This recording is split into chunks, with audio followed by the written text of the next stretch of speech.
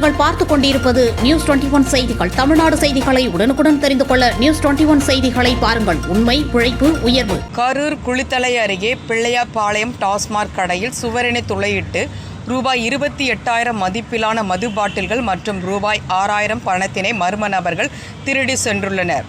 கரூர் மாவட்டம் குளித்தலை அருகே பிள்ளாபாளையத்தில் 4,941 என்ற எண்ணில் அரசு மதுபான கடை செயல்பட்டு வருகிறது. நேற்று இரவு மதுபான கடை ஊழியர்கள் தங்களது வேலையை முடித்துவிட்டு கடையினை பூட்டி சென்றுள்ளனர்.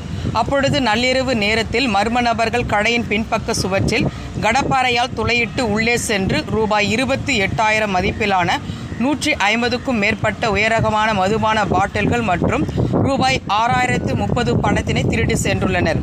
இன்று காலை மதுபான கடைக்கு அரசு குடோனிலிருந்து மது பாட்டில்கள் இருக்க வந்துள்ளனர்.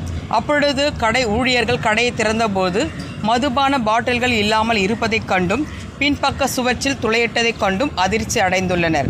இது குறித்து லாலாப்பேட்டை போலீசாருக்கு தகவல் தெரிவிக்கப்பட்டதன் பேரில் போலீசார் அங்கு வந்தது பார்வையிட்டு ஆய்வு செய்தனர். கள்ளக்குறிச்சி மாவட்டம் சின்னசேலத்தில் சிறுமலர் மேல்நிலைப்பள்ளி, இதயா நர்சரி பிரைமரி ஸ்கூல், சிறுமலர் தொடக்கப்பள்ளியில் தமிழ்நாடு அரசு வழங்கும் நலத்திட்டங்கள் அனைத்தும் மாணவ மாணவிகளுக்கு முழுமையாக வழங்கப்படும். 1ஆம் வகுப்பு முதல் 8ஆம் வகுப்பு வரை தமிழ் வழி கல்வி முற்றிலும் இலவசம். 10ஆம் வகுப்பு, 11ஆம் வகுப்பு, 12ஆம் வகுப்பு மாணவிகள் 450க்கும் மேல் மதிப்பெண் எடுக்கும் மாணவ மாணவிகளுக்கு 50% கல்வி கட்டண சலுகை உண்டு. தரமான கல்வி, வளமான எதிர்காலம். மாணவ மாணவிகளை எம்பள்ளியில் சேர்க்க முந்துங்கள். மாணவ மாணவிகளின் படிப்பிற்கும் ஒழுக்கத்திற்கும் 100% வெற்றி உறுதி. மது பாட்டில்களையும் பணத்தினையும் திருடி சென்ற மர்ம நபர்கள் தாங்கள் போலீசார் மற்றும் மோப்பநாயிடம் சிக்கிக்கொள்ளக்கூடாது என மிளகாய் பொடியை தூவி சென்றும் கடையில் பொருத்தப்பட்டிருந்த 4 CCTV கேமராக்களையும் பறித்து சென்றுள்ளனர். நியூஸ் 21 தமிழ்நாடு செய்திகளுக்காக கரூர் மாவட்ட செய்தியாளர் சதீஷ்.